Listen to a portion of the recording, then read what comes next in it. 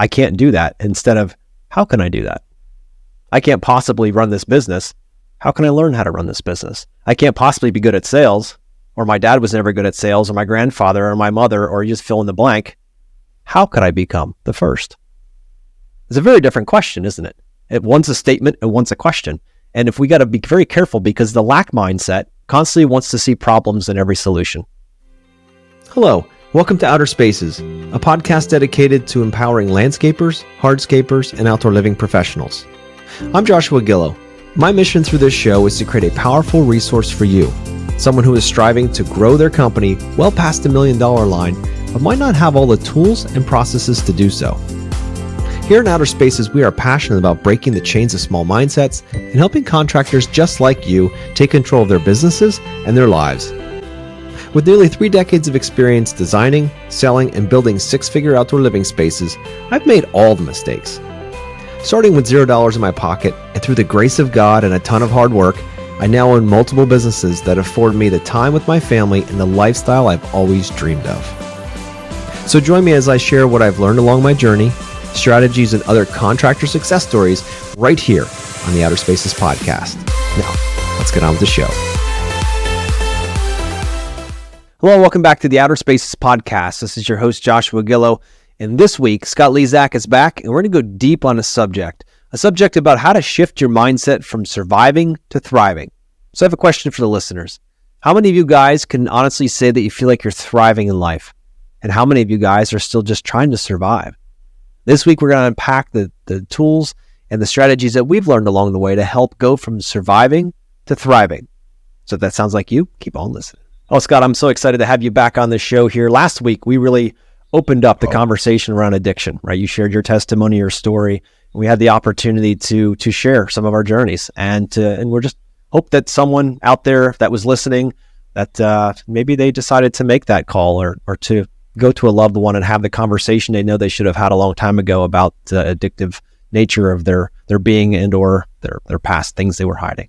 But this week we're going to shift gears, and we're going to focus more on how do we go from shifting your mindset from surviving to thriving, right? That's our bigger goal. So Scott, welcome back. Thanks for having me. Great to be here as always. Absolutely. So guys, if you didn't listen to last week's episode, go back and listen to it. No matter where you are in your journey, it's going to be powerful for you. So this week, we're going to be focusing on how to shift that mindset from surviving to thriving. And, I know when I first started out, I grew up on a farm, and it was a garden center farm, and we constantly had work. It was never an issue about that. We worked 7 days a week, my brother and I, and my mother and father, and, we never got paid for it. That was never the deal. What my parents were trying to instill was a work ethic like no other, and they succeeded, right? They did a really good job with that. But what I didn't know how to manage was my value or how to thrive, like when it comes to financial thriving and all that. Not that that's only one of the different things to focus on, but I didn't learn much about that, right? We always had enough food. We always had plenty of work. But it didn't really become clear that this was a thing until I started running a business, until I started to ask people for money for what my service was valued at. And what I found is I struggle with that. I really struggle with that, Scott. It was like asking clients for $1,000 a day in the beginning. I felt like a complete imposter. I'm thinking like, dude, I'm a farmer, right? I'm out here doing stuff that I just read a book about yesterday or talked to somebody, they taught me how to do. And now I'm out here doing this and you're paying me this money. And I struggled for many years with that because we never had extra money, dude. It blew my mind that I could go out to clients' houses and they would be looking at a $10,000 project back in those days and to be like, yeah, it sounds good. Where do I sign my check to? And I'm thinking, you're telling me you've got $10,000 sitting in an account somewhere? I'm like, holy shit. Like I'm going from paycheck to paycheck here, right? So it's like thinking, wait, what am I doing wrong? What are they doing right that they have all this money sitting on the side and I'm struggling to make ends meet? I'm like, wait a minute here, what's going on? So I was in a survival mindset where it was, hey, I just need enough to survive. That's it. That's how I was taught growing up. My family wasn't uber wealthy. We had plenty of work, like I said, and we always helped people and all that stuff, but we didn't have a whole lot of money. So it was like, how do I shift that? Because everybody that I aspired to be like, mentors in my life, I didn't have mentors back then, but people that I aspired toward, that were mentoring me without me knowing it, they had figured that out. So how do we go? I'd love to hear your story about how you go from, surviving to thriving, especially in business and then in life as well. And I love this topic. I'm so excited to dive in on this. And it's a huge shift.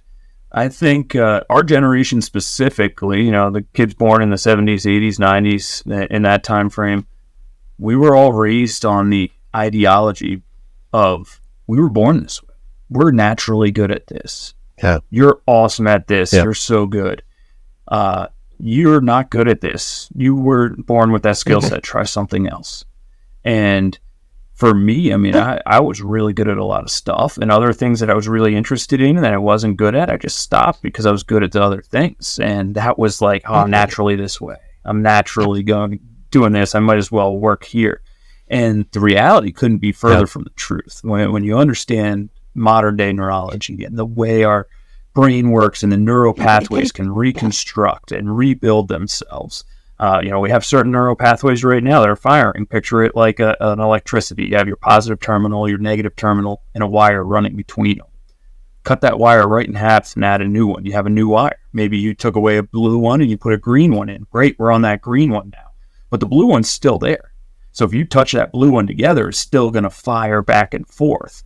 So we can break those habits. We can put that green wire in place and start developing a new skill set. The new one doesn't necessarily go away, and that's where things like addiction come into play, like we talked about last week. Not to go on another tangent about that, but it's a very good topic to bring into this. You can cut that blue wire, and let's call that blue wire addiction. The second you pick up a drink, the second you pick up your drug of choice and put it back in, that reconnects that blue wire, and it's like you never stopped. That's how that actually works, even though the green one exists. But that green one's cut now. That principle, understanding that, has allowed me to adopt the abundant outlook in the world that I have. And I'm laughing over here at that $10,000 check thing because I felt the exact same way. I wonder how many sales I talked myself out of because I couldn't comprehend money early in my career. And I can think of examples that led to that. So how many am I not thinking about? But just understanding the abundance. And there's so much money out there that we'll never ever be able to comprehend that. There's so much knowledge out there. We'll never be able to have it all. There is so much water out there. We'll never be able to drink it all. There's so much air out there. We'll never be able to breathe it all. All this stuff, it's all intertwined. And that thought process has really allowed me to adopt a growth mindset and an abundant mindset. And rather than saying, oh, this doesn't work, it's like, how can we make this work? There's got to be a way.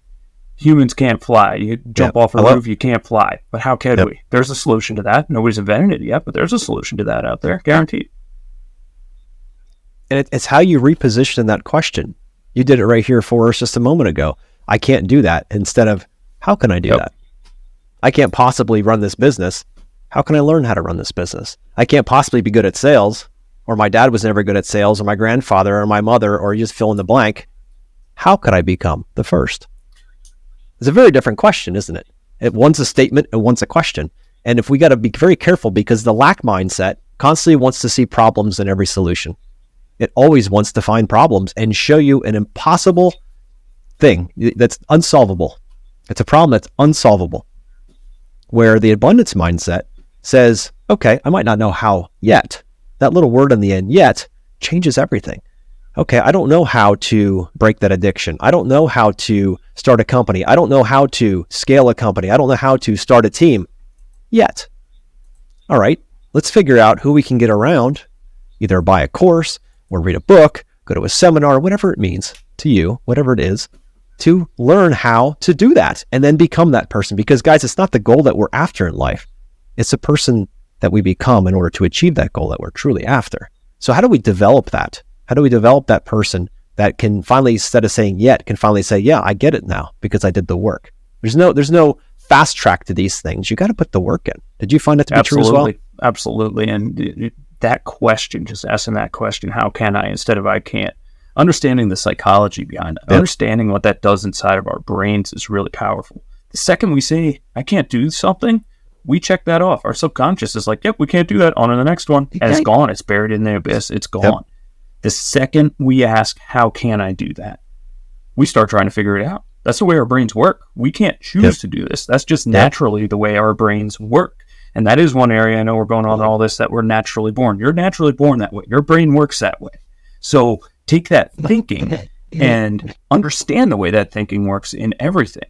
I'd rather stimulate my thought process. One of my biggest things when I was drinking was, I'm shutting off my brain. I don't want to be thinking anymore. Man, what a dumb idea. Yeah. How many ideas did I lose through that time frame to shut it down? I want to keep it open and on as much as possible. Yep. And if that means I'm not sleeping at night, I have a notepad in my hand. And that's where some of my best ideas come from. And it's just learning how to stimulate your brain. I mean, I think that's the answer to this entire topic. Learn how to stimulate your brain. And we'll go into a lot more detail than that. But that's the big thing. How can we stimulate our brain and get new ideas out? But you know what, Scott, what I found in the beginning, specifically when I started to open up the questions, instead of being a victim, like, hey, this is always happening to me, instead of focusing on it happening for me, right? Like you mentioned in the last episode, that whole shift, that small shift in mindset changes everything. I used to think, all right, well, why is this always as a victim? Why did this happen to me? I don't deserve this. There's no reason why this should have been the case. Why is this happening to me all the time? And in that mindset of being a victim and victimhood, you will keep asking that question until you get an answer, which you will find lots of answers. Either I wasn't born in the right side of the tracks, or I'm not the right color, or I didn't grow up with the right amount of money, or I wasn't part of the lucky sperm club, or whatever it might be, right? Or you can choose to see it the other way and say, all right, wait a minute, maybe this is an opportunity for me to grow. So going from that lack mindset to abundance mindset and say, you know what, if that's the case, if it is truly an opportunity for us to grow here, how do we do it? How do we do it? Who can we get around? You know, you look around your world, maybe they're close, maybe they're family members, maybe they're friends, maybe they're not, maybe somebody you got to pay to go talk to. There's a lot of opportunities, but you got to actually want to do it. So often our mind wants to get stuck in the fact that we think we know everything, right? And we know enough that we don't need any more information. This is just what I got stuck in. At a certain point in my life, I thought, you know what? I don't really need to learn more because I got this thing pretty figured out. I'm pretty good. And really what that was, Scott, it was me being scared of all the stuff I didn't know, because the more I learned, the more books I read, seminars I went to, events I went to, put on, all that, the more I learned, the more I realized I didn't know jack shit. Right? And that's scary. That's really scary when you think, well, I got this all figured out. I don't have to learn anymore. I can shut my brain off. You know, I'm 30. They say often, you know, that men die at 30 and then they're buried at 80. Because that's often what happens, right? They'd like, hey, I figured it out by 30, got everything figured out. I start a family, good to go. I'm just going to put on fucking coast. I'm going to go buy a six pack and sit in my lazy boy and watch the race. Like, that's just what's going to be. I already got everything. I got a job that I got another 30 years and I can be out of, I can retire, I can, like, all that stuff. And when they realize that, wait a minute here, hold on. Truly, when you become alive is when you're constantly learning new stuff and you're able to not just learn it for yourself, but share it with other people. That's what this whole podcast is about. It's about, you know what, I've learned stuff, Scott's learned stuff. We get the opportunity to share it with thousands of people a week. That's the coolest part about this. And nothing lights up more joy and fulfillment in my life. And I was going to speak for Scott, but I'm sure he's got a similar answer. Nothing lights up joy and fulfillment in your life more than knowing that you can share what you've learned. So maybe one person listening out there says, I never thought of it that way. Maybe that could work for me. Then they write us in a year later like, man, I heard that episode. I decided to try something new. I use the word yet now when I become a victim. And then all of a sudden, holy moly, I started asking better questions. And I started getting better answers. And now the stuff that used to hold me back isn't holding me back anymore. And that's what this is all about. So that difference between the lack and abundance, it's simply your perspective. That's why the name of this episode is mindset. How do you shift your mindset from surviving to thriving? Because it is all between the 6 inches of real estate between your ears and the 12 inches of real estate between your brain and your heart. Once you shift those, get in your heart and focus on the fact that God always wanted you to be full of abundance. That's what he is. And that you got to be really careful about how you define success. I'd love to jump into that with you, man. Scott.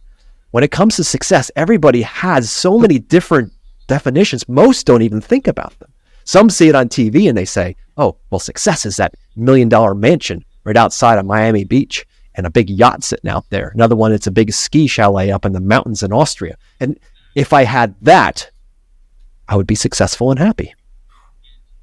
And this is how we actually break it up and say, well, when I have that, then I'll be happy. But what about between now and then? And we know happiness is only a fleeting thing. So how can we experience more joy and fulfillment in the moment so that when we eventually get to that goal, we can truly appreciate it? So Scott, what are your thoughts Well, I on think that? first and foremost, what's radiating is happiness is an emotion. It's fleeting. We get it and it's gone. It releases its chemicals and it's gone. So aiming at happiness, we talked about this a little bit in the last episode too, but aiming at happiness is the wrong place. Fulfillment, that's a tangible achievement. Fulfillment is an actionable item. We can be fulfilled. We can have fulfillment. So aiming for that is different. And I'd like to back up a little bit in the conversation about learning. And one of the biggest things I used to love saying is, if you're not learning anything at the table you're sitting at, go sit at a different table. And that's changed for me, really, just within the last 6 months, with more understanding, the ability to be able to help more people. And I look at that, if I'm not learning anything at the table I'm sitting at right now, I need to look in the mirror, because I'm not absorbing what's around me. I mean, I have a 3-year-old daughter. She is awesome. She's a 3-year-old. She is the biggest joy and biggest terror all at the same time in my life. And I absolutely love it. I have taught her 50% of what she knows. Or her mother and I should say, have taught her 50% of what she knows. She's learned the rest of it from whatever outside influences are out there. I learned something from that girl every single day. A 3-year-old that I helped bring into this world and have been raising since she was born teaches me something every day. If you're sitting at a table and you can't learn, you're not looking hard enough. You're not absorbing. You're not listening. So that segues into every single challenge that I've faced, every single roadblock or wall that I have hit is my fault. I'm the person. I am the roadblock. I am the wall every single time. And that takes a lot of humility to admit that. That was tough to get to that point to be able to actually say that. But I'm comfortable with it. I am my biggest, worst enemy. I am the easiest person I will ever lie to. And that's another one that, you're the only person you can never lie to. That is bullshit. I'm sitting here telling you today that is bullshit. You can lie to yourself very easily. And you can lie to yourself to the point that you believe that lie literally for the rest of your life if you get the neural pathways connected the right way. So it's a dangerous place to be. That's right. And I very actively try to be as honest, humble, and vulnerable as I can.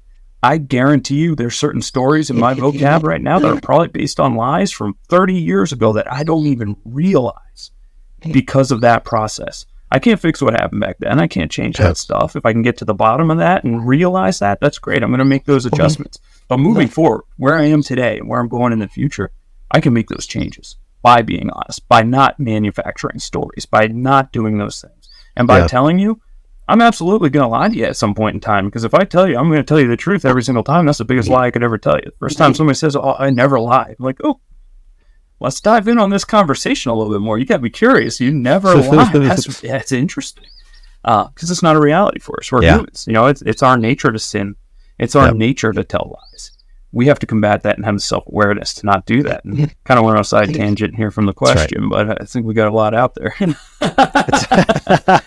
It's all good stuff, brother. It's all good stuff. But it is true. We're flawed humans, and our goal is to just become better each day. Just better than you were yesterday, and just keep growing and be better and be more honest. That's the number one piece of it all, with yourself and with other people. When it comes to, defining success, it's important that you know where your target's at, right? If you just say, if I had a lot of money, I would be successful, right? That's the survival mindset. If I just had a lot of money, I wouldn't have these problems. Well, problem is, when you have a lot of money, you're just going to have different problems. Yeah, you might have more choices. You're just going to have different problems. So if you don't face those problems now, solve those problems, maybe it's addiction, maybe it's a bad relationship, maybe it's a whatever that's going on in your life, or a fact that you don't feel like you're worth anything. If that's the case, if you don't solve those problems, money is a magnifier. It just magnifies more of what you are. And if you're an asshole with money, you're just a bigger asshole. If you're kind and you love to give, you'll be bigger in that. There's so many choices that happen at that moment, in that time when you go from the survival to thriving. But someone that is in survival mode that has a lot of money still acts that way, if that makes sense. Thriving is a mindset. It's a state of heart. It's a state of mind where, you know what? Maybe I'm not the most important person. Maybe it's sharing what God's given me as gifts with other people. And that's where that joy and fulfillment comes from. That's the only source I found, brother, in 45 years of life and working with a lot of people a lot older than myself as coaches and mentors. They keep coming back to the same thing, that until you use contribution, help, being a servant leader as your number one objective, you're always going to be chasing the next bump, if you will. Amen. And my definition of success really ties into everything that we're talking about here. My definition of success is that fulfillment and what it takes to maintain that fulfillment and achieve a higher level of that fulfillment. And money is definitely a big part of my life. There's no sugarcoating that. I work for money. We all do. You know, we are all money driven because that's what our society has. And to a certain level, to live in a modern society, we need that. One thing I could say, though, is I have a ton of survival skills.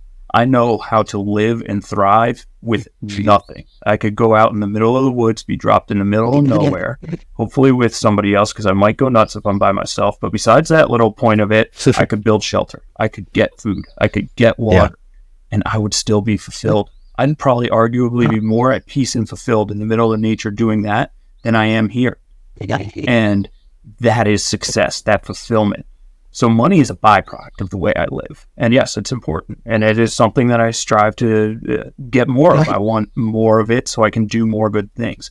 But getting more of that money is not to buy a Ferrari and put it in my garage. If I get to a point that that's a possibility, cool, we'll look at that. My drive for that is, how can I get more money to give more away? How can I get more money to give it to this cause that really needs help? How can I get more money to donate this furniture to this needy family? And that's actually something that we're doing this Friday night through my church. We're donating sofas to somebody who's new in recovery and just getting out on their feet in an apartment. We're helping out with that. That means more to me than anything else because I get fulfillment out of that. I know that I'm helping somebody else who really needs help. I've been helped when I really needed help, so it's my turn to return the favor now that I'm capable. I love it. You're exactly right. So first of all, listeners, it's a matter of think for yourself. How do you define success? Is it a number in a bank account? Is it a feeling? What is it for you? Because until you realize what it is, and you can actually imagine, like you're out there with your rifle or pistol or whatever, and you're shooting at a target, and it's just one big white piece of paper. You're at 100 yards, and you're just shooting at one big white piece of paper. How do you know if you've ever hit it? How do you know you've actually hit the target besides hitting the paper? When you take a marker and you make a plus sign and a dot in the middle, now you've got a target. Now you can say, okay, that's what I'm going to deem successful when I shoot this rifle. If I'm going to hit that right in the middle, then I'm successful. If not, we need to adjust the scope. We need to adjust our direction or trajectory in order to hit that. So it's about being clear on what success is for you and then defining a path to get there. And what I'm going to leave you guys with as we wrap up here is, if you want to get out of this lack mindset, one of the fastest ways out of that lack mindset is to flip it. We talked about lack versus abundance. What about lack versus actually being grateful? If you feel like, I don't have enough, someone else has more than me, I can't believe it, they got nicer trucks in their company, they've got nicer, it's easier for them to hire people, they've got nicer out, whatever. Like, you can come up with all kinds of crazy bullshit stories. But if you can stop for a moment and say, you know what? I am so grateful for everything I have. Everything. The problems, the good, the bad, everything in place, my team, my old rusty truck that barely starts. I'm just happy I got one, right? I got clients who are willing to pay me something. Until you know what your worth is, they're going to pay you what that is, right? But to actually have gratitude for what you have right now. Because when you have more stuff, if you can't be grateful for the basic stuff that you have, when you have more stuff, you still won't be grateful for that either. That's a mindset. Whether you have one thing or 1,001 things, it doesn't matter. You have 10,000 in that bank account or you have 110 million in that bank account. It gives you more choices. But if you can't be grateful for the 10,000, the 110 million, it's not going to matter, because you still won't be grateful for that either. And you'll never be happy with that either, because we know it's all fleeting. Man, I love it. That is, it's so true. It's all fleeting. And our biggest superpower as human beings, I'll leave it with this. Our biggest superpower every single one of us has is we can control our thoughts. We can control the way we think, the way we act. It takes discipline. It takes work. For habits that aren't fully developed, or maybe are newer habits, 28 days might be enough. For habits that are ingrained, it's months, 130, 150, 180 days to get past some of this stuff. Don't quit before the magic happens. Repeat that, and you're going to have the old one there. It's going to be underlined. Don't let that discourage you. Let that motivate you. and continue to focus on that new one. I promise you, as soon as you get to a point that you have that in your subconscious mind, those neural pathways connect, that is your superpower. You can change the way you think and the way you view the world. In product, you will also change the way you treat everybody around you. Oh, yeah. Because that's a self-reflection, right? Projection is what they call it. If somebody's treating you like crap, it's because they feel like crap inside, right? If they're treating you really good, it's because they feel good inside. And sometimes you get stuck on people that are pleasers and that always want to please everybody, and it robs from their own soul. That was my story. We'll get into that today. That's a whole other episode in itself. But just be careful. Be mindful. To Scott's point, you get to write your own story. What's your story going to be like? Who do you want to be? Because you have that opportunity to pen that story, no matter what your past is. No one's judging you for that. You have that choice. So, Scott, how can people find you if they like what they're hearing here and want to see what else you got? All over LinkedIn, and I'm on Facebook now. I have not been on Facebook for many, many years, but I decided to start it back up in March. So look me up, Scott with 2 T's, Lesak, Lesak. Connect with me, follow me, send me a message. Be great to talk to you. You can also shoot me an email, scott@myinspireyou.com. Love to talk to you. Love to tell you more about my story. I mean, a 20-minute podcast doesn't do it justice. We could talk for days on this. So love to share my story with you. And in turn, I'd love to hear yours as well. Please reach out. Happy to talk. Thank you, Scott. Thank you for sharing everything this week. And listeners, if you want to shift your mindset from surviving to thriving, it's simply a matter of gratitude. Yes, it is. That's really all this we talked about in the last 20 minutes. It boils down to one word. If you can find gratitude and be grateful for everything that's in your life right now, you will automatically shift into a thriving mentality, and you will start to see opportunities and doors open where there once only was walls. That's the beautiful part about it. It's about being grateful. And so thank you for listening here for this episode. Next week, Scott and I are going to unpack the top 3 strategies to building and keeping a team that cares. Not just a team that shows up and does the work, but one who actually shows up and acts like an owner and actually cares about your clients, your projects, and the overall growth of the company itself and the mission that the company holds. So guys, if that sounds exciting to you, we'll see you next week.